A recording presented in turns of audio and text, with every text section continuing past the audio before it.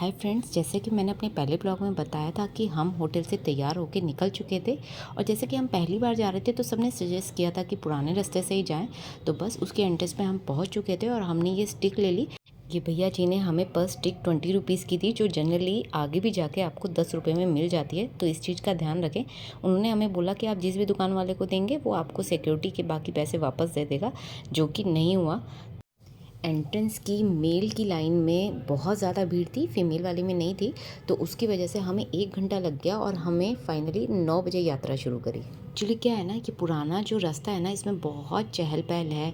आपको घोड़ी, पालकी, पिट्ठू सब मिलेगा। और जैसे हमारे साथ एक छोटा बच्चा था तो हमने इसके लिए प्रैम कर लिया, और प्रैम वाले भैया भी हायर कर लिए, जो कि आप अपने सामान के लिए भी कर सकते हो और बेबीज़ के लिए भी कर सकते हो, और बहुत आसानी से मिल जाता है कहीं भी बीच भी रास्ते में। तो बस हम निकल पड़े रास्ते में। एक्साइटमेंट हमारा फुल था। जगह जगह पे दुकानें थी, खाने पीने का सामान था, जगह जगह मंदिर सजे हुए थे, जो कि हमें बहुत ही अच्छे लग रहे थे। बाणगंगा के दर्शन किए हमने, पर ज़्यादा रुके नहीं और बस हम चलते रहे। बस एक चीज़ परेशान कर रही थी कि जो घोड़े वाले चल रहे थे ना, उसकी वजह से सड़क बहुत गंदी हो रही थी। जगह जगह उनका गंद पड़ा हुआ था। तो आ गया पहले शुभ्रा भवन, जहाँ पे लंगर मिलता है सभी को, चने हलवा और चाय, जिसकी काफ़ी लंबी लाइन थी। और बहुत जल्दी हमारा भी नंबर आ गया और हमने भी ये प्रसाद लिया। इसके बाद हमने सामने रेस्टोरेंट से एक पराठा लिया जो बहुत बड़ा था, और इसको शेयर करके खाया। और बस उसके बाद हम निकल पड़े रास्ते में, क्योंकि हमने सोचा कि पेट थोड़ा हल्का ही रख के चलें, बहुत हैवी ना खाएं। और आप देख सकते हैं कि रास्ते में बहुत भीड़ थी, जगह जगह थोड़ा गंदा था। और ये जो पिट्ठू वाले होते हैं ना, ये घोड़े वाले, ये आपको चलने ही नहीं देते हैं, ये सबसे ज़्यादा परेशान करते हैं। तो ये चीज़ मुझे बहुत बुरी लगी। और बस उसके बाद आया हमारा पहला पड़ाव, जो था चरण पादुका, जहाँ पे देवी के 9 रूपों के दर्शन हो रहे हैं अंदर से। और मैं बहुत ज़्यादा कवर नहीं कर रही हूँ मंदिर की मान्यता को बनाए रखने के लिए। और बस हम निकल पड़े यात्रा पे।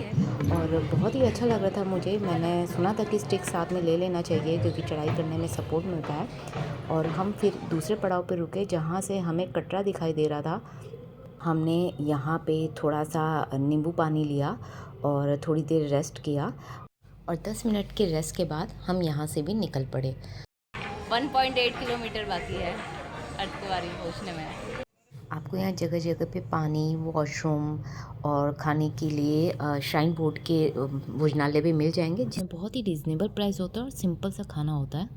फाइनली हम आ गए थे उस पॉइंट पे जहाँ से हमें बैटरी रिक्शा मिलना था, जिसकी बुकिंग हमने 2 महीने पहले करा ली थी, और हमने 3 बजे का स्लॉट बुक किया था।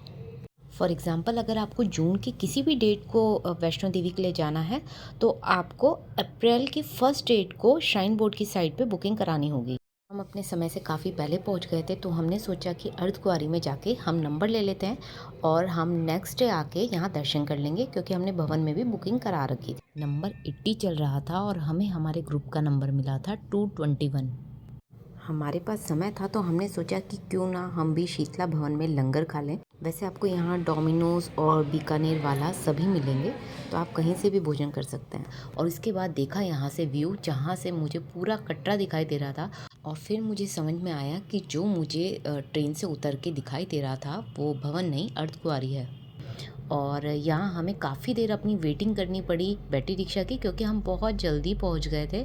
हमने काफ़ी स्पीडली कवर कर लिया था और फाइनली हमारा बैटरी रिक्शा आ गया।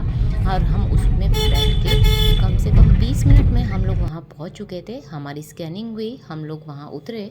और यहाँ आप पार्वती भवन, मनोकामना भवन, ऐसे कई सारे जगह हैं जहाँ बुकिंग करा सकते हैं डॉर्मेट्री के लिए। वैसे यहाँ लॉकर और नहाने धोने की सुविधा भी उपलब्ध है। भवन के पास खाने के बहुत ही अच्छे आउटलेट्स हैं, मैं देख के थोड़ा हैरान रह गई। सागर रत्ना, हल्दीराम सब आपको यहाँ पे मिलेंगे, और भी कई सारे बहुत अच्छे ब्रांड्स।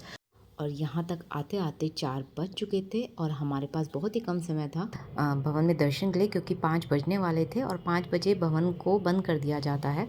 मैं आपको नेक्स्ट व्लॉग में बताऊंगी कि हमारा रूम कैसा रहा और हमने भवन में कैसे दर्शन किए। तब तक के लिए जय माता दी।